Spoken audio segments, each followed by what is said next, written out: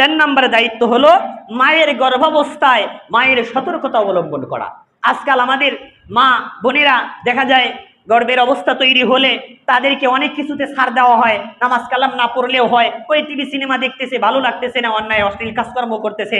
দেখা যায় আজকাল তো অনেক মেয়েরা এরকম আছে, গর্ভবতী হলে বিশাল একটা পাহাড়ের মতো অবস্থা তৈরি হয়, ওটা রাস্তায় রাস্তায় দেখা যায় প্রদর্শন করে বেড়ায়। অনেকে এটাকে স্বাচ্ছন্দ্য বোধ করে, কিন্তু এটা যে তার জন্য নির্লজ্জকর একটা অবস্থা, তার সন্তান তৈরি করার, তার সন্তান নষ্ট হওয়ার জন্য তার গর্ভের অবস্থা মানুষ যদি দেখে এটাই যথেষ্ট। দেখা যায় এটাকে প্রদর্শনী করে বেড়ায়, অথচ গর্ভাবস্থায় মায়ের অনেক দায়িত্ব রয়েছে। ভালো করে শুনে রাখেন, একজন মা যখন গর্ভ ধারণ করে তখন তার সন্তান তো তার পেটে থাকে, ওই মা যা কিছু করে প্রত্যেকটি কাজের প্রভাব ওই সন্তানের উপর পড়ে। ওই মা যদি গর্ভাবস্থায় টিভি দেখে, ভবিষ্যতে এই সন্তান সিনেমা দেখবে। ওই মা যদি গর্ভাবস্থায় মনে করেন অশ্লীল কাজকর্ম করতেছে, বেপরদায় চলতেছে, তার ছেলে ভবিষ্যতে নির্লজ্জ হবে, তার ছেলে ভবিষ্যতে মদ্যপায়ী হবে। এ কারণে গর্ভাবস্থায় মা বোনদেরকে নসিহত করি, কোরআন এবং হাদিসের ভিত্তিতে অবশ্যই আপনাকে সতর্কতা অবলম্বন করতে হবে। কোনো ক্ষেত্রেই কোনো পুরুষ যেন জানতে না পারে, আপনার বাইরের পুরুষরা যেন বুঝতে না পারে আপনার গর্ভে সন্তান আছে, কিংবা আপনাকে যেন বেপরদা অবস্থায় না দেখে, তাইলে কিন্তু আপনার সন্তানের উপর কুপ্রভাব পড়বে। এটার অনেক নজির, অনেক ইতিহাস গত হয়েছে। আপনারা এক আল্লাহর ওলির নাম শুনেছেন, কুতুবউদ্দিন বখতিয়ার কাকি রহমতুল্লাহ আলাইহি। ভারতের যেই কুতুব মিনার নামক আপনার একটা নিদর্শন দেখেছেন, এই আল্লাহর ওলির নামেই এই কুতুব মিনার নির্মিত। কুতুবউদ্দিন বখতিয়ার কাকি রহমতুল্লাহ আলাইহি ইনি ছিলেন খাজা মঈনুদ্দিন চিশতি রহমতুল্লাহ আলাইহির প্রথম খলিফা ও শিষ্য। এই কুতুবউদ্দিন বখতিয়ার কাকি রহমতুল্লাহ আলাইহি এর শিষ্য হলেন ফরিদউদ্দিন গঞ্জেশখার, এর ছাত্র এবং শিষ্য হলেন আমাদের বিখ্যাত নিজামুদ্দিন আউলিয়া। যা হোক, এই কুতুবউদ্দিন বখতিয়ার কাকি রহমতুল্লাহ আলাইহি তার মা তাকে ছোটবেলায় মক্তবে পড়াইতে দিছে। এখন ওস্তাদের কাছে দিয়ে আসছে, ওস্তাদ তো তাকে আলিফবা থেকে শুরু করাবে, যেহেতু মা বলছে তারে কোরআন শরীফ শিখাইয়া দেন। এখন ওই ওস্তাদ তাকে আলিফবা তা সা পড়ানো শুরু করছে। তখন ওই সন্তান ওই কুতুবউদ্দিন কাকি রহমতুল্লাহ আলাইহি ছোটকালে ওস্তাদ পড়াইতেছে আলিফ বা তা, কিন্তু ওই সন্তান পড়তেছে আলিফ লাম মিম, মানে তাকে আরবি অক্ষর শিখাইতেছে, কিন্তু ওই সন্তান কোরআন শরীফ পড়া শুরু করে দিছে। এখন ওস্তাদ ভাবতেছে কি রে, এই বাচ্চা তো কোরআন শরীফ পড়তে পারে, তার মা আমাকে আলিফ বা শিখানোর জন্য দিল, আর এই বাচ্চা কোরআন শরীফ শিখতে পারে, শিখে কোরআন শরীফ পড়তে পারে, নাকি তার মা আমার সাথে ঠাট্টা বিদ্রুপ করতেছে। তো ওই সন্তানকে নিয়ে তার মায়ের কাছে গেছে, বলছে মা, আপনার সন্তান তো কোরআন শরীফ পড়তে পারে। এর আগের ঘটনা শুনেন তো ওস্তাদ তো আশ্চর্য হয়ে গেছে, আমি তারে আলিফ বা পড়াইতেছি আর সে পড়তেছে আলিফ লাম মিম, মানে কোরআন শরীফ পড়তেছে। তো ওস্তাদ বলতেছে ঠিক আছে, দেখি পড়ো তো তুমি কেমন পারো। আল্লাহু আকবার, আলিফ লাম মিম থেকে পড়া শুরু করে দিয়েছে। প্রথম 15 পারা মুখস্থ শোনাইয়ে দিছে, প্রথম 15 পারা মুখস্থ শোনাইয়ে দিছে ছোট বাচ্চা। এখন ওস্তাদ আশ্চর্য হয়ে গেছে, হাই রে, এতটুকু বাচ্চা 15 পারার হাফেজ। এখন তার মায়ের কাছে জিজ্ঞাসা করতেছে, আপনার ছেলে 15 পারার হাফেজ, আর আপনার ছেলেকে আমার কাছে দিয়েছেন আলিফ বা শেখানোর জন্য, কারণটা কি? তখন মা বলতেছে, আল্লাহর কসম, আমি নিজেও জানি না আমার ছেলে কোরআন শরীফ পড়তে পারে, আমি নিজেও জানি না সে যে কোরআন শরীফ 15 পারা মুখস্থ করেছে, কাহিনীটা কি? তবে আমার একটা বিষয় মনে পড়ে, আমার সন্তান যখন আমার গর্ভে ছিল তখন আমি প্রথম 15 পারা বারবার তেলাওয়াত করতাম।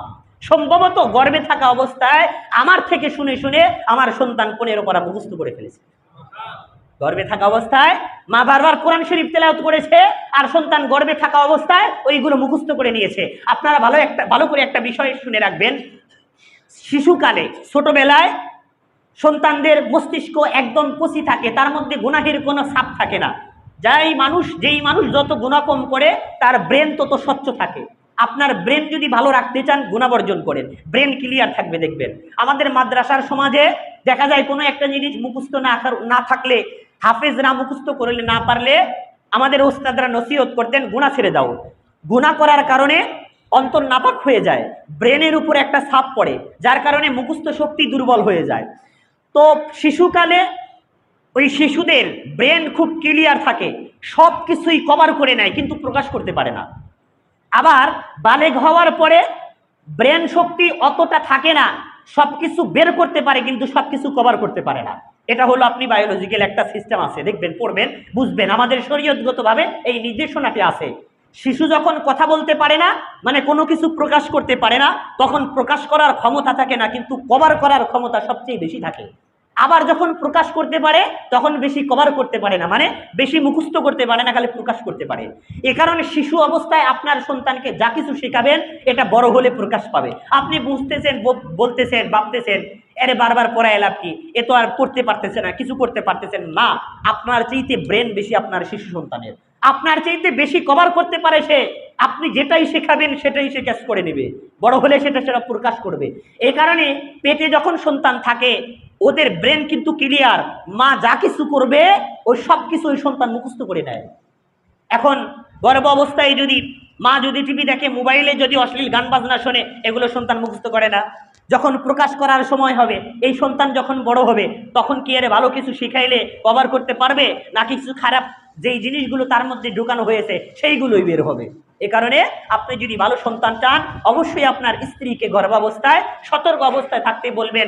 কোন অবস্থাতেই যেন, গর্ভাবস্থায় যেন আপনার স্ত্রী যেন অন্যায় কোনো কাজকর্মে লিপ্ত না হয়, বেপরদায় যেন বেরিয়ে না পড়ে, তাহলে আপনার ক্ষতিগ্রস্ত হবে আপনার সন্তান, ভবিষ্যতে আপনার সন্তান অবাধ্য হবে।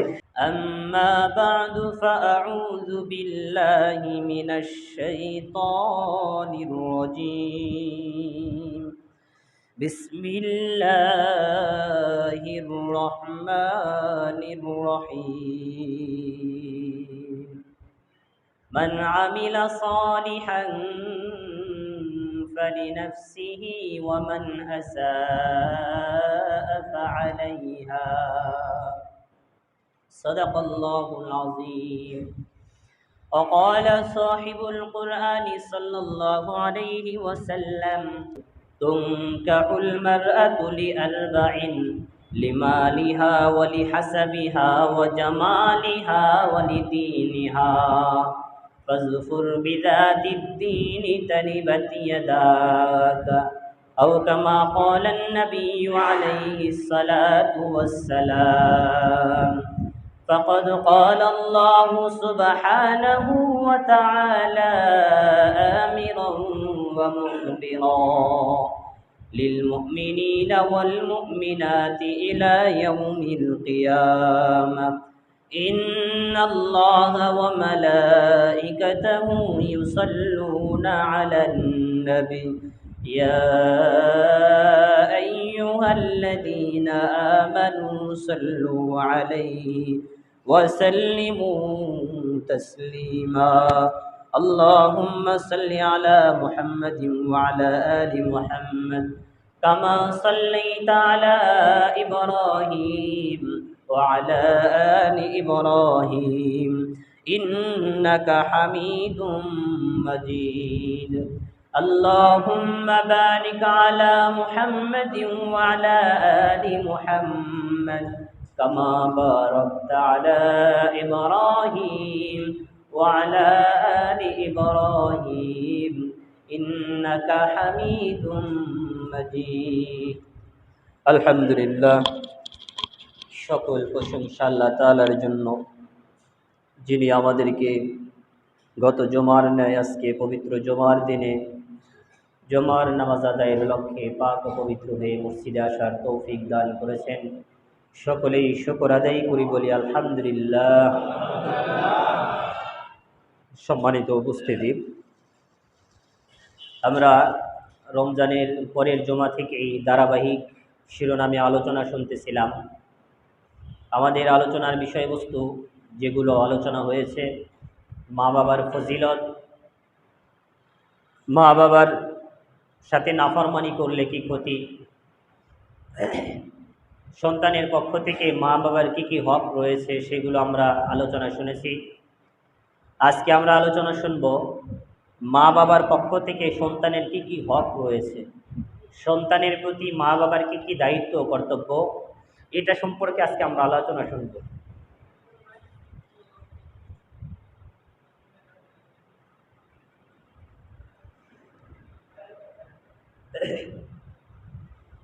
সন্তানের জন্য মা বাবার পক্ষ থেকে কি কি হক রয়েছে, সন্তানের প্রতি মা বাবার কি কি দায়িত্ব, এই বিষয় নিয়ে আজকে আমরা আলোচনা শুনব। আজকের এই আলোচনাটি আমাদের সকলের জন্যই অত্যন্ত জরুরি। মাইকের আওয়াজ এলাকার মধ্যে যেই মা বোনদের কানে যাচ্ছে তাদের জন্য আরও জরুরি। আর আমরা যারা এখন মসজিদে আসছি, মসজিদের বাহিরে যারা আছে, আমরা ছোট হই বড় হই, বালক নাবালেক যারাই হই না কেন, সকলের জন্যই অত্যন্ত জরুরি একটি আলোচনা। আপনি যখন ভালো কোনো কিছু তৈরি করতে চান, একটা বস্তু আপনি 1 নম্বর জিনিস তৈরি করবেন, একটা জিনিস আপনি 1 নম্বর কোয়ালিটি খুব ভালো হবে। এ ধরনের কোনো বস্তু তৈরি করতে গেলে ওই বস্তু তৈরি করার জন্য যে সকল উপাদান লাগে, নিঃসন্দেহে সেই উপাদানগুলো নিরেট হতে হবে, 1 নম্বর হতে হবে। এখন আপনি ভালো একটা বিল্ডিং বানাবেন, বিল্ডিং বানানোর জন্য আপনার লাগবে ইট, সিমেন্ট লাগবে, রড লাগবে। আপনি বিল্ডিং মজবুত হোক এটা আপনি চান, কিন্তু 2 নম্বর সিমেন্ট আর রড যদি লাগান কাজ হবে? ভালো বিল্ডিং পাইতে হইলে বিল্ডিং বানানোর জন্য যে সকল উপকরণ এলিমেন্টস দরকার সেগুলো অবশ্যই আপনাকে ভালো করতে হবে, ভালো আনতে হবে। ভালো জিনিস দিয়ে যদি আপনি বিল্ডিং বানান তাহলে আপনার বিল্ডিং ভালো হবে, 1 নম্বর হবে। সন্তান, এটা হলো আমাদের বিল্ডিং, তো আমাদের সম্পদ, অনুরূপ সবচেয়ে উত্তম সম্পদ হলো আমাদের সন্তান। আমাদের বস্তুগত জিনিসগুলো বানাইতে গিয়ে বিভিন্ন উপাদান লাগে, সেগুলো আমরা ভালোভাবে যাচাই করি, কোন জিনিস আনলে আমার এই জিনিস মজবুত হবে। আমি কাপড় তৈরি করলে ভালোভাবে সুতা তৈরি করে ভালো সুতা কিনতে পারি। আমার সন্তান হলো আমার জীবনের সর্বশ্রেষ্ঠ সম্পদ। এই সম্পদকে তৈরি করতে যা কিছু লাগবে নিঃসন্দেহে সেটা আপনার ভালো রাখতে হবে, নইলে কিন্তু সন্তান নামক সম্পদ আপনার স্থায়ী হবে না, মজবুত হবে না, ভেঙে যাবে। সন্তান তৈরি করতে কি কি লাগে? আপনি সন্তান তৈরি করবেন, নিঃসন্দেহে সন্তান তৈরি করার বস্তুগুলো দেখে শুনে 1 নম্বর টানতে হবে, তাইলে যখন সন্তান তৈরি হয়ে যাবে 1 নম্বর জিনিস আপনি পাবেন। বিল্ডিং তৈরি করতে ভালো খোয়া, ভালো সিমেন্ট, ভালো রড আনার ক্ষেত্রে এটা আপনার যেমন দায়িত্ব, আপনার বিল্ডিং মজবুত হোক সেটা যদি করতে যান আপনার কি কি দায়িত্ব? ভালো জিনিস আনতে হবে। তো সম্পদ সন্তান, এটা হলো বড় সম্পদ। এই সম্পদকেই তৈরি করতে যা কিছু লাগবে সেটা ভালোভাবে যাচাই বাছাই করে নির্বাচন করা, এটা আপনার সবচেয়ে বড় দায়িত্ব, ঠিক না? এখন যদি বলেন বিল্ডিং বানাবো, একজনকে দিয়ে খোয়া আনান, একজনকে দিয়ে ইট আনান, যেরকম আনে সমস্যা নাই, কিন্তু না, আপনি ভালো বিল্ডিং করতে চাইলে আপনার সর্বপ্রথম দায়িত্ব হলো বিল্ডিং বানানোর জন্য যা কিছু দরকার সেগুলো ভালোগুলো যাচাই বাছাই করে নির্বাচন করা। তো এটা হলো সন্তানের পক্ষ থেকে মা বাবার, সন্তানের উপর মা বাবার সর্বপ্রথম দায়িত্ব। সন্তান তৈরি করার জন্য যেই উপকরণ লাগে 1 নম্বরটা যাচাই বাছাই করে নির্বাচন করা। সন্তান তৈরি করতে কি লাগে? 1 নম্বরে মা লাগে। কি লাগে? মা লাগে। এই কারণে যখনই মানুষ বিবাহ করে তখনই তাদের সম্পদ তৈরির উপকরণগুলো 1 নম্বর যেন তার কাছে এসে যায়, তাদের সম্পদ মানে সন্তান যেন ভালোভাবে আসে, সন্তান যেন উত্তম সম্পদ হয়, সে ব্যাপারে যাচাই বাছাই ফিকির করতে হবে বিয়ে করার আগে। তাহলে আপনার সন্তান যদি ভালো চান সেক্ষেত্রে আপনার প্রথম দায়িত্ব হলো সন্তান তৈরির জন্য 1 নম্বর যে জিনিস, ভালো মা নির্বাচন করতে হবে। সন্তানের জন্য ভালো একজন মা নির্বাচন করতে হবে, এটা হলো আপনার প্রথম দায়িত্ব। সন্তানের উপর আপনার প্রথম দায়িত্ব কি? আপনার ভালো একজন মা নির্বাচন করতে হবে। এই কারণে বাবার দায়িত্ব বিয়ে করার আগেই শুরু হয়ে যায় সন্তানের জন্য যে দায়িত্বগুলো রয়েছে। এখন আপনি কেমন মা নির্বাচন করবেন সন্তানের জন্য?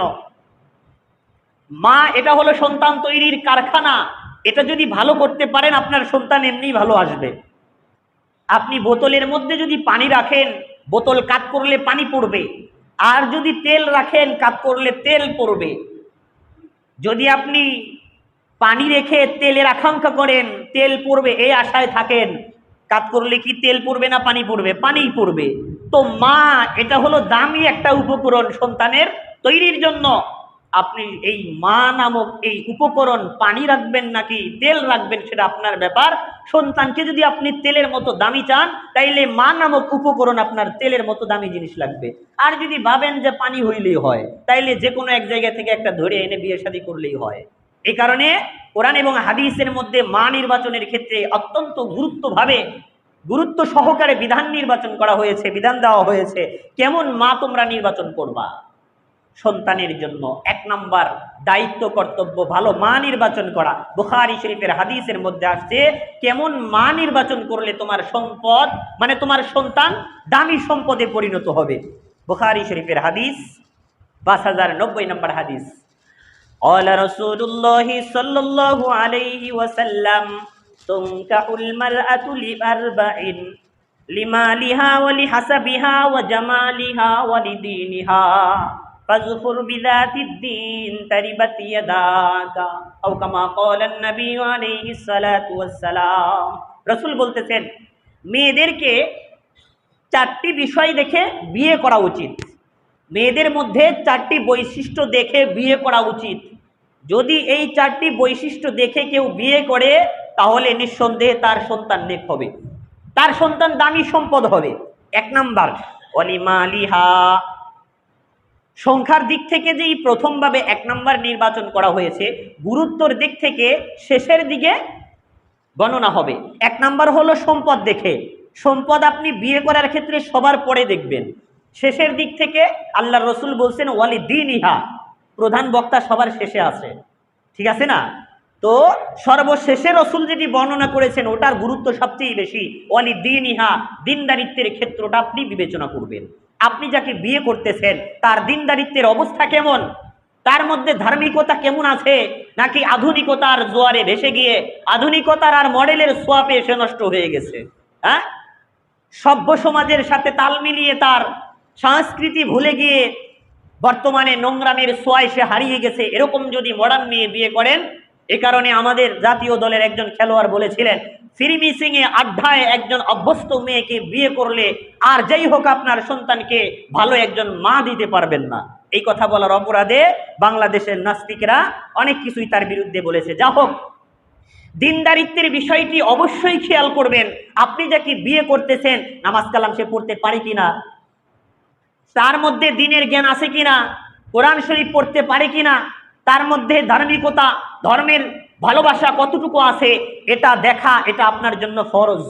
যদি আপনি ভালো সম্পদ পাইতে চান, মানে ভালো সন্তান পাইতে চান, বিয়ে করার আগেই আপনার ভালো মেয়ে নির্বাচন করতে হবে। এর মধ্যে প্রথম যেই বৈশিষ্ট্য দিনদারিত্ব আছে কিনা। শেষের দিক থেকে 2 নাম্বার হলো ওয়া হাসাবিহা ওয়া জামালিহা, সৌন্দর্য। এটা মানুষের স্বভাবগত চরিত্র, সৌন্দর্যের প্রতি একটু আবেগপ্রবণ হয়, এ কারণে সৌন্দর্যও দেখতে হবে। সবকিছু দেখলেন আপনার পছন্দ হলো না, আপনার দাম্পত্য জীবনে অসুখী হওয়ার একটা প্রভাব পড়তে পারে। সুন্দর না, আপনার মনে পছন্দ না, এরকম মেয়ে বিয়ে করলে আপনার জীবনটা অসুখীও হতে পারে। এ কারণে 1 নাম্বার দেখতে হবে দিনদারিত্ব তার আছে কিনা, 2 নাম্বার তার সৌন্দর্য দেখতে হবে, 3 নাম্বার তার বংশ পরিচয়, সম্ভ্রান্ত বংশ দেখতে হবে। সম্ভ্রান্ত বংশ এটার মানে কিন্তু বড় বংশ না, এটার মানে কিন্তু প্রভাবশালী বংশ না। সম্ভ্রান্ত বংশের অর্থ হলো বংশটি ভালো, এই বংশের মধ্যে চোর বাটপার নাই, এই বংশের মধ্যে গাঁজাখোর মদখোর নাই, এই বংশের মধ্যে নামাজির সংখ্যা বেশি, এই বংশের মানুষগুলো খুব ভদ্র। এটা হলো সম্ভ্রান্ত বংশ, ভালো বংশ চেনার উপায়।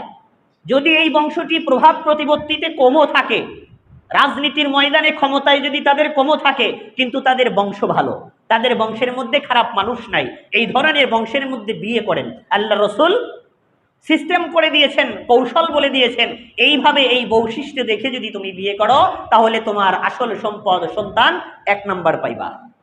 4 নাম্বার হলো ওয়ালিমালিহা, সম্পদের বিষয়টাও দেখতে হবে। সম্পদের বিষয়টাও দেখতে হবে। দেখা যায় এমন একজনকে বিয়ে করলেন, দেখা যায় আপনিও গরিব সেও গরিব, ভবিষ্যতে হয়তোবা আমাদের মানব স্বভাবগতভাবেই আমাদের সমস্যা হতে পারে ভবিষ্যৎ জীবনের ক্ষেত্রে, এ কারণে সম্পদের বিষয়টাও দেখতে হবে। তবে এটা কিন্তু 4 নাম্বার। হাদিসের বর্ণনা অনুযায়ী 1 নাম্বারে বলা হয়েছে ওয়ালিমালিহা, সম্পদের বিষয়টা দেখবা, ওয়ালি হাসাবিহা, সম্ভ্রান্ত বংশ কিনা এটা দেখবা, ও জামালিহা, চেহারার বিষয়টা দেখবা, ওয়ালি দীনিহা, দিনদারিত্বের বিষয়টা দেখবা, কিন্তু গুরুত্বের দিক থেকে শেষের দিক থেকে। 1 নাম্বার দেখবা তার মধ্যে দিনদারিত্ব আছে কিনা, 2 নাম্বার দেখবা তার চেহারা কেমন, 3 নাম্বার তার বংশ পরিচয় সম্ভ্রান্ত বংশ কিনা, 4 নাম্বার হলো তার সম্পদ কিছু থাকা দরকার আছে।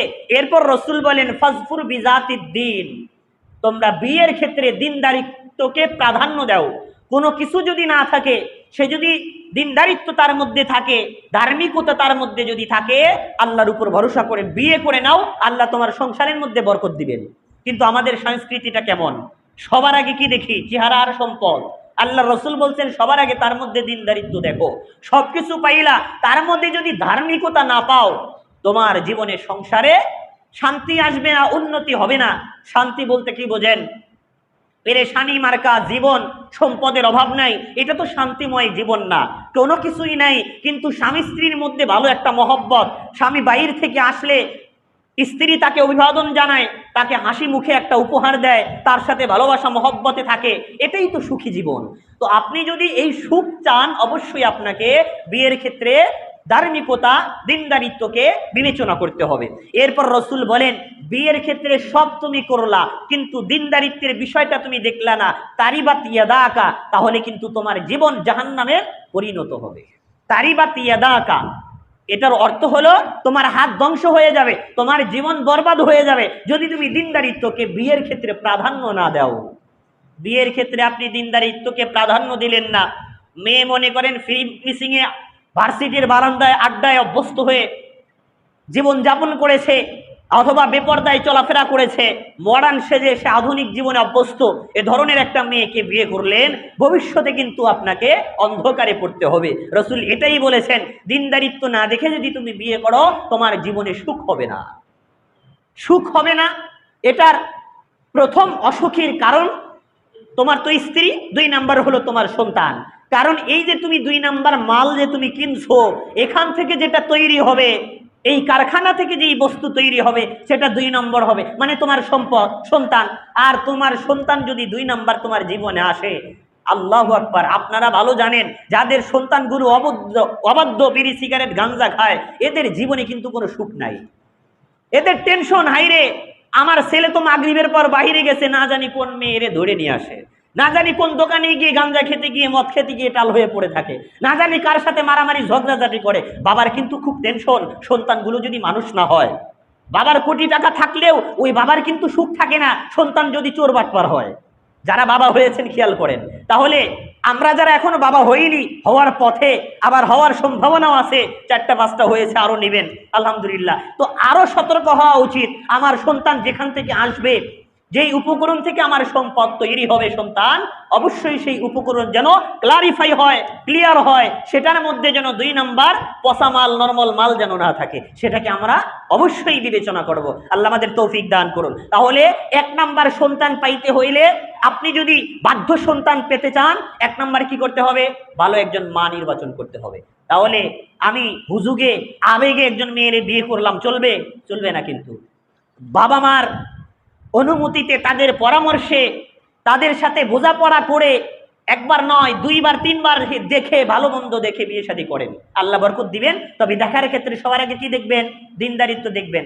আগের জামানায় বিয়ে করতো, আগে দেখা যায় মেয়ে দেখার আগেই বলতো কোরআন শরীফ পড়তে পারে কিনা, বাড়িঘরের কাজকর্ম করতে পারে কিনা। আর আজকাল কি দেখে? টাকা পয়সা কেমন আছে, শ্বশুরের ঘর বাড়ি আছে কিনা, মেয়ের নামে কি কি আছে, মেয়ের চেহারাটা কেমন, মেয়ের ডিগ্রিটা কেমন। আমি আপনাদেরকে ছোট্ট একটা পরামর্শ দিই, ছেলেকে লেখাপড়া করাইবেন ভালো, কিন্তু ছেলেকে যখন বিয়ে করাইতে যাইবেন, ডিগ্রি দেখে বিয়ে করাইবেন না। যেই মেয়ের যত ডিগ্রি এই জামানায়, ওই মেয়ে তত খারাপ। সবাই না, অল্প কিছু বাকি আছে, কিন্তু ম্যাক্সিমামের ক্ষেত্রে এটা, যেই মেয়ে এই জামানায় যত বেশি শিক্ষিত, ওই মেয়ে তত বেশি নোংরা মেয়ে। আধুনিক জামানা, শিক্ষাটা ওই রকম ভাবেই গঠন করা যেন মানব জাতির চরিত্র ধ্বংস করা যায়। এজন্য ছেলে বিয়ে করাইতে হলে ডিগ্রি একটু কম করা মেয়েগুলো বিয়ে করায়, আল্লাহ সুখ দিবেন। যা হোক, এরপরে এটা হলো সন্তানের জন্য বাবা মার 1 নাম্বার দায়িত্ব, সন্তানের ভালো একজন মা নির্বাচন করা। 2 নাম্বার, বিয়ের সময় সর্বপ্রকার গুনাহ থেকে বিরত থাকা। আজকাল তো আমরা সংস্কৃতির নামে, সামাজিকতার নামে গুনাহের আসর বসাই বিয়ের অনুষ্ঠানের মধ্যে, বিয়ের আয়োজন চলতেছে, গান বাজনা না হইলে আমাদের বিয়ে শোভা পায় না। গান বাজনার আয়োজন, নৃত্য কি বলে, নাচ গানের আয়োজন না করলে, বিভিন্ন ধরনের অশ্লীলতার আয়োজন না করলে আমাদের বিয়ে সুন্দর হয় না। এটা হলো আমাদের সামাজিক ক্ষেত্রে চিন্তা ভাবনা। কিন্তু আপনি কি চিন্তা ভাবনা করেছেন আপনার বিয়ের এই অনুষ্ঠানের ক্ষেত্রে সামান্যতম একটা গুনাহ আপনার ভবিষ্যৎ সন্তানের জীবনের উপর প্রভাব পড়বে? ভালো করে মনে রাখেন, আপনার এই বিয়ের অনুষ্ঠানে আপনি যদি একটাও গুনার কাজ করেন, এটার একটা কুপ্রভাব আপনার সন্তানের উপর পড়বে। আপনি ভাবতেছেন সন্তান তো বহু দূরে, মাত্র তো বিয়ে করতেছি, 2-3 বছর পরে সন্তান নেব, কিন্তু সন্তান যেই জিনিসের মাধ্যমে নেবেন সেটা তো আপনার স্ত্রী। আপনার স্ত্রীকে পবিত্র রাখার দায়িত্ব বিয়ের আগে থেকেই শুরু করতে হবে। এই কারণে বিয়ের অনুষ্ঠানে যদি গান বাজনার আয়োজন করেন, আপনি ভাবতেছেন মজা তো হলো, কিন্তু ভালো করে মনে রাখবেন এর একটা প্রধান কুপ্রভাব আপনার সন্তানের উপর পড়বে। তো আপনি ভালো সন্তান পেতে হলে 2 নাম্বার যেই দায়িত্ব আপনার, বিয়ের অনুষ্ঠানে যেন কোনো অনিসলামিক কার্যকলাপ পালন না হয়, কোনো ধরনের গুনাহের আয়োজন যেন না হয়, এটার কুপ্রভাব আপনার সন্তানের উপর পড়বে। এই যে গান বাজনার আয়োজন যে আমরা বিয়ের অনুষ্ঠানের মধ্যে করি, আবার এই কয়েকদিন আগে আমার এক চাচা বিয়ের দাওয়াত দিছে, বললাম আপনি ছেলে মেয়েদের বসার আলাদা আয়োজন করেন, আমি যাব। স্বাভাবিকভাবে এই বিড়ি মিছিংয়ের ছেলে মেয়েরা যে খায়, এখানে আমি দাওয়াত খাইতে যাই না, অনেকেই জানেন। এই যে গুনাহের আয়োজন যে আপনারা করতেছেন, রসুলের পক্ষ থেকে বর্ণিত বিয়ের এই অনুষ্ঠানগুলো এক একটা ইবাদত। বিয়ের এই অনুষ্ঠানগুলো আনন্দের বিষয়, নিয়ামত আল্লাহর পক্ষ থেকে, কিন্তু আমরা এই নিয়ামতকে আজকে আমরা জাহান্নাম বানিয়ে ফেলছি। হাদিসের মধ্যে আসে, তারগীব নামক হাদিসের কিতাবে 5033 নম্বর হাদিস, রসুল বলেছেন এই পৃথিবীর মধ্যে 2টি আওয়াজ, 2টি শব্দ সবচেয়ে ভয়ঙ্কর এবং অভিশপ্ত। সৌতানি মালউনান ফিদ দুনিয়া ওয়াল আখিরাহ। 2টি আওয়াজ, 2টি শব্দ দুনিয়া এবং আখিরাতের জন্য ক্ষতিকর। 1 নাম্বার হলো মিজমারু ইনদা নি'মাতিন, মানুষের নিয়ামত ভোগ করার সময়, মানুষের ন্যায়সঙ্গত শরীয়ত সম্মত আনন্দের সময় গান বাজনার আওয়াজ। এটা হলো সবচেয়ে বড় অভিশপ্ত আওয়াজ, সবচেয়ে লানত প্রাপ্ত আওয়াজ, দুনিয়া এবং আখিরাতের উভয় জগতেই ক্ষতি করে যারা ভুক্তভোগী থাকে। 1 নম্বরে কি, মিজমারু ইনদা নি'মাতিন, নিয়ামত ভোগ করার সময়, শরীয়তগতভাবে আনন্দের অনুষ্ঠান করার সময় গান বাজনার আয়োজন, এটা ব্যক্তির সবচেয়ে অভিশপ্ত একটি আওয়াজ। বিয়ের অনুষ্ঠান এটা আমাদের জন্য নিয়ামত, এটা ধর্মীয় একটি অনুষ্ঠান, সেখানে আমরা গান বাজনা বাজায়া বিয়ের পবিত্রতা নষ্ট করে ফেলি। এরপরে 2 নাম্বার আওয়াজ হলো ওয়ারান্নাতু ইনদা মুসিবাতিন, মুসিবতের সময় আমাদের ছেলেমেয়েরা, আমাদের বৃদ্ধ মহিলা যারা আছেন এলাকার মধ্যে, তারাই এটা বেশি করে।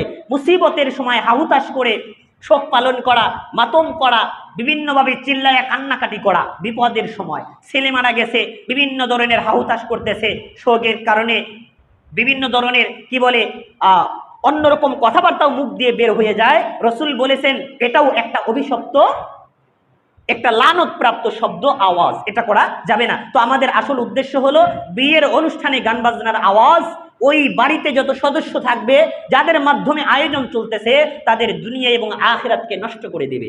1 নাম্বার তো তার সন্তানকে নষ্ট করে দিবে, তার সন্তানের মধ্যে কুপ্রভাব চলে আসবে। আল্লাহ আমাদের তৌফিক দান করুন। তাহলে ভালো সন্তান পেতে হলে সন্তানের পক্ষ থেকে আমাদের উপর 1 নাম্বার, 2 নাম্বার দায়িত্ব, কর্তব্য কি, বিয়ের অনুষ্ঠানগুলোতে যেন কোনো গুনাহের আয়োজন না হয়। আপনি বিয়ের আয়োজনে অনুষ্ঠান করবেন, গান বাজনার আয়োজন করবেন, আপনার সন্তান নষ্ট হওয়ার জন্য যথেষ্ট। ভবিষ্যতে আপনার সন্তানগুলোকে আপনি বলবেন এই পথে চলো, সে চলবে ওই পথে, কারণ তারে তো বানাইছেন ওই সিস্টেম করে। এটা তো একটা রোবটের মতো, তার মধ্যে যেই মেডিসিন দিবেন ওইভাবে সে কাজ করবে। ভালো মেডিসিন দিতে পারেন নাই, এ কারণে সন্তান আপনার কথা শোনে না। 3 নাম্বার দায়িত্ব, কর্তব্য, শরীয়ত অনুযায়ী সন্তান প্রজননের কর্ম সম্পাদন করা, ইন্টারকোর্স, জিমা করা। আমরা দেখা যায় আবেগবশত হয়ে, আবেগে পড়ে দেখা যায় বিয়ে শাদী করার পরে বাসর রাতে যেমনি সেমনি ভাবে শরীয়তের কোনো পাত্তা দেই না, রসুলের পদ্ধতির কোনো তোয়াক্কা করি না, এমনিই মনে করেন আমরা কাজটা সেরে ফেলি। কিন্তু এই বিষয়টা কিন্তু অনেক গুরুত্বপূর্ণ একটা বিষয়। এটা করার সময় শরীয়তের পক্ষ থেকে নিয়ম কানুন আসছে, আপনি সেখানে যাবেন, তার কপালে হাত দিয়ে একটা দোয়া পড়তে হয়, দোয়াটা পড়বেন। দোয়া পড়ার পর তারা দুইজন নামাজ পড়বেন। আপনারা নামাজ কালাম পড়ার পরে কি বলে, পাক ও পবিত্র হয়ে 2 রাকাত নামাজ পড়ে এরপরে যেই নিয়ম কানুনগুলো আছে দোয়া পড়তে হয় একটা, আল্লাহুম্মা জান্নিবিনা শাইতান ওয়া জান্নিবি শাইতানা মা রাযাকাতানা। এগুলো অনেকেই লজ্জা করার বিষয় হতে পারে, কিন্তু আমাদের ভালো সন্তান পেতে হলে এগুলোর গুরুত্ব অনেক বেশি। এই বিষয়গুলো সেরে রসুলের সুন্নাত পদ্ধতি অনুযায়ী প্রজনন কর্ম শেষ করেন, এখান থেকে যে সন্তানগুলো আসবে নেককার সন্তান আল্লাহ দান করবে। এটা হলো আমাদের 3 নাম্বার দায়িত্ব, প্রজনন কর্মের ক্ষেত্রে সুন্নাত পালন করা, নবীর অনুসরণ করা। 4 নাম্বার দায়িত্ব হলো মায়ের গর্ভাবস্থায় মায়ের সতর্কতা অবলম্বন করা। আজকাল আমাদের মা বোনেরা দেখা যায় গর্ভের অবস্থা তৈরি হলে তাদেরকে অনেক কিছুতে ছাড় দেওয়া হয়, নামাজ কালাম না পড়লেও হয়, ওই টিভি সিনেমা দেখতেছে, ভালো লাগতেছে না, অন্যায় অশ্লীল কাজকর্ম করতেছে। দেখা যায় আজকাল তো অনেক মেয়েরা এরকম আছে, গর্ভবতী হলে বিশাল একটা পাহাড়ের মতো অবস্থা তৈরি হয়, ওটা রাস্তায় রাস্তায় দেখা যায় প্রদর্শন করে বেড়ায়। অনেকে এটাকে স্বাচ্ছন্দ্য বোধ করে, কিন্তু এটা যে তার জন্য নির্লজ্জকর একটা অবস্থা, তার সন্তান তৈরি করার, তার সন্তান নষ্ট হওয়ার জন্য তার গর্ভের অবস্থা মানুষ যদি দেখে এটাই যথেষ্ট। দেখা যায় এটাকে প্রদর্শনী করে বেড়ায়, অথচ গর্ভাবস্থায় মায়ের অনেক দায়িত্ব রয়েছে। ভালো করে শুনে রাখেন, একজন মা যখন গর্ভ ধারণ করে তখন তার সন্তান তো তার পেটে থাকে, ওই মা যা কিছু করে প্রত্যেকটি কাজের প্রভাব ওই সন্তানের উপর পড়ে। ওই মা যদি গর্ভাবস্থায় টিভি দেখে, ভবিষ্যতে এই সন্তান সিনেমা দেখবে। ওই মা যদি গর্ভাবস্থায় মনে করেন অশ্লীল কাজকর্ম করতেছে, বেপরদায় চলতেছে, তার ছেলে ভবিষ্যতে নির্লজ্জ হবে, তার ছেলে ভবিষ্যতে মদ্যপায়ী হবে। এ কারণে গর্ভাবস্থায় মা বোনদেরকে নসিহত করি, কোরআন এবং হাদিসের ভিত্তিতে অবশ্যই আপনাকে সতর্কতা অবলম্বন করতে হবে। কোনো ক্ষেত্রেই কোনো পুরুষ যেন জানতে না পারে, আপনার বাইরের পুরুষরা যেন বুঝতে না পারে আপনার গর্ভে সন্তান আছে, কিংবা আপনাকে যেন বেপরদা অবস্থায় না দেখে, তাইলে কিন্তু আপনার সন্তানের উপর কুপ্রভাব পড়বে। এটার অনেক নজির, অনেক ইতিহাস গত হয়েছে। আপনারা এক আল্লাহর ওলির নাম শুনেছেন, কুতুবউদ্দিন বখতিয়ার কাকি রহমতুল্লাহি আলাইহি। ভারতের যেই কুতুব মিনার নামক আপনার একটা নিদর্শন দেখেছেন, এই আল্লাহর ওলির নামেই এই কুতুব মিনার নির্মিত। কুতুবউদ্দিন বখতিয়ার কাকি রহমতুল্লাহি আলাইহি ইনি ছিলেন খাজা মঈনুদ্দিন চিশতি রহমতুল্লাহ আলাইহির প্রথম খলিফা ও শিষ্য। এই কুতুবউদ্দিন বখতিয়ার কাকি রহমতুল্লাহ আলাইহি এর শিষ্য হলেন ফরিদউদ্দিন গঞ্জেশখার, এর ছাত্র এবং শিষ্য হলেন আমাদের বিখ্যাত নিজামুদ্দিন আউলিয়া। যা হোক, এই কুতুবউদ্দিন বখতিয়ার কাকি রহমতুল্লাহ আলাইহি তার মা তাকে ছোটবেলায় মক্তবে পড়াইতে দিছে। এখন ওস্তাদের কাছে দিয়ে আসছে, ওস্তাদ তো তাকে আলিফবা থেকে শুরু করাবে, যেহেতু মা বলছে তারে কোরআন শরীফ শিখাইয়া দেন। এখন ওই ওস্তাদ তাকে আলিফবা তা সা পড়ানো শুরু করছে। তখন ওই সন্তান ওই কুতুবউদ্দিন কাকি রহমতুল্লাহ আলাইহি ছোটকালে ওস্তাদ পড়াইতেছে আলিফ বা তা, কিন্তু ওই সন্তান পড়তেছে আলিফ লাম মিম, মানে তাকে আরবি অক্ষর শিখাইতেছে, কিন্তু ওই সন্তান কোরআন শরীফ পড়া শুরু করে দিছে। এখন ওস্তাদ ভাবতেছে কি রে, এই বাচ্চা তো কোরআন শরীফ পড়তে পারে, তার মা আমাকে আলিফ বা শিখানোর জন্য দিল, আর এই বাচ্চা কোরআন শরীফ শিখতে পারে, শিখে কোরআন শরীফ পড়তে পারে, নাকি তার মা আমার সাথে ঠাট্টা বিদ্রুপ করতেছে। তো ওই সন্তানকে নিয়ে তার মায়ের কাছে গেছে, বলছে মা, আপনার সন্তান তো কোরআন শরীফ পড়তে পারে। এর আগের ঘটনা শুনেন তো ওস্তাদ তো আশ্চর্য হয়ে গেছে, আমি তারে আলিফ বা পড়াই দিছি আর সে পড়তেছে আলিফ লাম মিম, মানে কোরআন শরীফ পড়তেছে। তো ওস্তাদ বলতেছে ঠিক আছে, দেখি পড়ো তো তুমি কেমন পারো। আল্লাহু আকবার, আলিফ লাম মিম থেকে পড়া শুরু করে দিয়েছে। প্রথম 15 পারা মুখস্থ শোনাইয়ে দিছে, প্রথম 15 পারা মুখস্থ শোনাইয়ে দিছে ছোট বাচ্চা। এখন উস্তাদ আশ্চর্য হয়ে গেছে, হাই রে, এতটুকু বাচ্চা 15 পারার হাফেজ। এখন তার মায়ের কাছে জিজ্ঞাসা করতেছে, আপনার ছেলে 15 পারার হাফেজ, আর আপনার ছেলেকে আমার কাছে দিয়েছেন আলিফ বা শেখানোর জন্য, কারণটা কি? তখন মা বলতেছে, আল্লাহর কসম, আমি নিজেও জানি না আমার ছেলে কোরআন শরীফ পড়তে পারে, আমি নিজেও জানি না সে যে কোরআন শরীফ 15 পারা মুখস্থ করেছে। কাহিনীটা কি? তবে আমার একটা বিষয় মনে পড়ে, আমার সন্তান যখন আমার গর্ভে ছিল তখন আমি প্রথম 15 পারা বারবার তেলাওয়াত করতাম। সম্ভবত গর্ভে থাকা অবস্থায় আমার থেকে শুনে শুনে আমার সন্তান 15 পারা মুখস্থ করে ফেলেছে। গর্ভে থাকা অবস্থায় মা বারবার কোরআন শরীফ তেলাওয়াত করেছে, আর সন্তান গর্ভে থাকা অবস্থায় ওইগুলো মুখস্থ করে নিয়েছে। আপনারা ভালো করে একটা বিষয় শুনে রাখবেন, শিশুকালে ছোটবেলায় সন্তানদের মস্তিষ্ক একদম কচি থাকে, তার মধ্যে গুনাহের কোনো ছাপ থাকে না। যেই মানুষ যত গুনাহ কম করে তার ব্রেন তত স্বচ্ছ থাকে। আপনার ব্রেন যদি ভালো রাখতে চান, গুণাবর্জন করেন, ব্রেন ক্লিয়ার থাকবে। দেখবেন আমাদের মাদ্রাসার সমাজে দেখা যায় কোনো একটা জিনিস মুখস্থ না থাকলে, হাফেজরা মুখস্থ করলে না পারলে আমাদের ওস্তাদরা নসিহত করতেন, গুনাহ ছেড়ে দাও, গুনাহ করার কারণে অন্তর নাপাক হয়ে যায়, ব্রেনের উপর একটা ছাপ পড়ে, যার কারণে মুখস্থ শক্তি দুর্বল হয়ে যায়। তো শিশুকালে ওই শিশুদের ব্রেন খুব ক্লিয়ার থাকে, সব কিছুই কভার করে নেয় কিন্তু প্রকাশ করতে পারে না। আবার বালেগ হওয়ার পরে ব্রেন শক্তি অতটা থাকে না, সবকিছু বের করতে পারে কিন্তু সবকিছু কভার করতে পারে না। এটা হলো আপনি বায়োলজিক্যাল একটা সিস্টেম আছে, দেখবেন, পড়বেন, বুঝবেন, আমাদের শরীয়তগতভাবে এই নির্দেশনাটি আছে। শিশু যখন কথা বলতে পারে না, মানে কোনো কিছু প্রকাশ করতে পারে না, তখন প্রকাশ করার ক্ষমতা থাকে না কিন্তু কভার করার ক্ষমতা সবচেয়ে বেশি থাকে। আবার যখন প্রকাশ করতে পারে তখন বেশি কভার করতে পারে না, মানে বেশি মুখস্থ করতে পারে না, খালি প্রকাশ করতে পারে। এ কারণে শিশু অবস্থায় আপনার সন্তানকে যা কিছু শেখাবেন এটা বড় হলে প্রকাশ পাবে। আপনি বুঝতেছেন, বলতেছেন, ভাবতেছেন, এরে বারবার পড়ায় লাভ কি, এ তো আর পড়তে পারতেছে না, কিছু করতে পারতেছেন না। আপনার চাইতে ব্রেন বেশি আপনার শিশু সন্তানের, আপনার চাইতে বেশি কভার করতে পারে সে। আপনি যেটাই শেখাবেন সেটাই সে ক্যাচ করে নেবে, বড় হলে সেটা প্রকাশ করবে। এই কারণে পেটে যখন সন্তান থাকে ওদের ব্রেন কিন্তু ক্লিয়ার, মা যা কিছু করবে ওই সব কিছু ওই সন্তান মুখস্থ করে নেয়। এখন গর্ভ অবস্থায় যদি মা যদি টিভি দেখে, মোবাইলে যদি অশ্লীল গান বাজনা শোনে, এগুলো সন্তান মুখস্থ করে না। যখন প্রকাশ করার সময় হবে, এই সন্তান যখন বড় হবে তখন কি এর ভালো কিছু শিখাইলে কভার করতে পারবে, না কিছু খারাপ যেই জিনিসগুলো তার মধ্যে ঢুকানো হয়েছে সেইগুলোই বের হবে। এ কারণে আপনি যদি ভালো সন্তান চান অবশ্যই আপনার স্ত্রীকে গর্ভাবস্থায় সতর্ক অবস্থায় থাকতে বলবেন। কোন অবস্থাতেই যেন, গর্ভাবস্থায় যেন আপনার স্ত্রী যেন অন্যায় কোনো কাজকর্মে লিপ্ত না হয়, বেপরদায় যেন বেরিয়ে না পড়ে, তাহলে আপনার ক্ষতিগ্রস্ত হবে আপনার সন্তান, ভবিষ্যতে আপনার সন্তান অবাধ্য হবে। এটা হলো 4 নম্বর দায়িত্ব মা বাবার পক্ষ থেকে। 4 নম্বর দায়িত্ব হলো আপনার স্ত্রী গর্ভাবস্থায় খুবই যেন সতর্ক থাকে, নেক কাজকর্ম করে বেশি বেশি কোরআন তেলাওয়াত করতে বলবেন। এটার সব কিছু আপনার সন্তান মুখস্থ করে নেবে, ভালো করে মনে রাখবেন। আবারও বলি, আপনার স্ত্রী গর্ভাবস্থায় যা কিছু করবে সব কিছুর প্রভাব আপনার সন্তানের উপর পড়বে। খারাপ করলে খারাপ প্রভাব পড়বে, ভালো করলে ভালো প্রভাব পড়বে। এবার আপনি চান আপনার সন্তান ভালো হোক, চান কিনা? ভালো যদি চান, আপনার যেখান থেকে সন্তান আসতেছে কারখানাটা পরিষ্কার পরিচ্ছন্ন রাখেন, সন্তান এই সম্পদ, এটা ভালো পাবেন। আল্লাহ আমাদের তৌফিক দান করুন। 5 নম্বর দায়িত্ব কর্তব্য, সন্তান যখন দুনিয়াতে আসে সাথে সাথেই পৃথিবীর সব আওয়াজের আগে তার কানে আজানের আওয়াজ ঢুকাইয়া দেয়। ওই যে আমি বললাম শিশু অবস্থায় তাদের কভার করার শক্তি কিন্তু সবচেয়ে বেশি থাকে। আপনি যখন দুনিয়ার সব আওয়াজ ছেড়ে দিয়ে কোনো কিছুর আওয়াজের আগে যখন তার কানে আজানের আওয়াজ দিবেন, তার কাছে পরিচয় হবে আল্লাহু আকবার, আরে আল্লাহর নাম সবার আগে তার কাছে পরিচিতি লাভ করবে, এটা তো আমার রব, আল্লাহু আকবার আল্লাহু আকবার আজান শিখাইয়ে দিচ্ছেন। সে ওই ছোটকাল থেকেই তাওহীদের একটা প্রভাব তার অন্তরের মধ্যে পড়বে।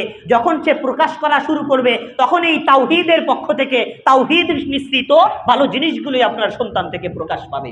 যখন কথা বলা শুরু করবে তাকে আপনি একবার আলিফ বাতাসে শিখাইবেন, দ্বিতীয়বার আর বলার দরকার নাই, মুখস্থ করে নেবে। যদি আপনি ছোটকালে এইগুলো দিতে পারেন, তাহলে বাবা মার পক্ষ থেকে 5 নম্বর দায়িত্ব কর্তব্য হলো সন্তান দুনিয়াতে আসার সাথে সাথেই তাদের ডান কানে আজান, বাম কানে ইকামত দেওয়া। কিন্তু আজকাল তো আমাদের এই বিষয়টা ব্যাঘাত ঘটা শুরু করছে। দেখা যায় হাসপাতালে নিয়ে যাচ্ছি, ওখানে মনে করেন সব ডাক্তাররা তো আর দিনদার না, দেখা যায় উলুধ্বনি দিয়ে তাদেরকে শেষ করে দেয়। আজান দেওয়ার আগে তার কানে কত ধরনের গান বাজনার আওয়াজ যে চলে যায়। আমরা এ ব্যাপারে খেয়াল রাখবো। যদি সিজার করানোর প্রয়োজন পড়ে, সিজার তো করাইবেন না যদি একান্ত অপারগ হন। সিজার করাইলে যে কি ক্ষতি, দুনিয়াবি ক্ষতি, আখেরাতেরও ক্ষতি আছে। যা হোক, যদি প্রয়োজন পড়ে সিজার করাইলেন, কিন্তু সেখানে আপনি থাকবেন, অথবা মহিলাদের লাগবেন, দুনিয়াতে সন্তান আসার সাথে সাথেই যেন তাদের কানে আজান দেওয়া হয়, বিষয়টি খেয়াল রাখবেন। 6 নম্বর দায়িত্ব কর্তব্য হলো দুনিয়াতে আসার পরে 7 দিনের দিন তাদের সুন্দর একটি নাম রাখা। ভালো করে মনে রাখবেন, আপনার সন্তানের নাম যেটি রাখবেন ওই নামের যেই অর্থ যদি ভালো হয়, পজিটিভ হয়, ওই ভালো একটা প্রভাব আপনার সন্তানের উপর পড়বে। নামের একটা প্রভাব সন্তানের উপর পড়ে। এ কারণে ভালো নাম যাচাই বাছাই করা। হাদিসের মধ্যে আসছে বাবা মার পক্ষ থেকে সন্তানের অন্যতম একটি হক হলো বাবা মা তার জন্য সুন্দর একটি নাম রাখবে। 7 দিনের দিন একটি নাম রাখা, আকিকা করা। যা হোক, পরবর্তীতে বাকিগুলো আলোচনা করব। আমাদের 6 নম্বর দায়িত্ব কর্তব্য সন্তানের জন্য 7 দিনের দিন সুন্দর একটি নাম রাখা। আল্লাহর রাসূল বহু শিশুদের নাম পরিবর্তন করে দিয়েছেন। সাহাবীরা বললেন, ইয়া রাসূলুল্লাহ, আমার একটি সন্তান হয়েছে, সন্তানের নাম এই। রাসূল বললেন, এই নাম ভালো না, এই নামের প্রভাব এবং অর্থটি খারাপ, সুতরাং এই নাম চেঞ্জ করে ভালো নাম দিয়েছেন রসুল। এ কারণে আপনার সন্তান 70 বছর 80 বছর বয়সও যদি হয়ে যায়, তার নাম যদি খারাপ থাকে, এখনো চেঞ্জ করে দেন। কেননা কাল কিয়ামতের দিন রসুল বলেছেন, ইন্নাকুম তুদআউনা লিআবাইকুম বিআসমাই আবাইকুম, কিয়ামতের দিন তোমাদের বাপদাদাদের নামে তোমাদেরকে ডাকা হবে। এখন যদি বলে সলিমুল্লাহ, কি বলে, বল্টুর ছেলে চল্টু, অথবা অমুকের ছেলে তমুক, নামগুলোই বিশ্রী। কাল কিয়ামতের দিন নাম শুনেই বোঝা যাবে এদের কাতার কোন দিকে হবে। এ কারণে নাম আমাদের ইসলামী নাম রাখতে হবে।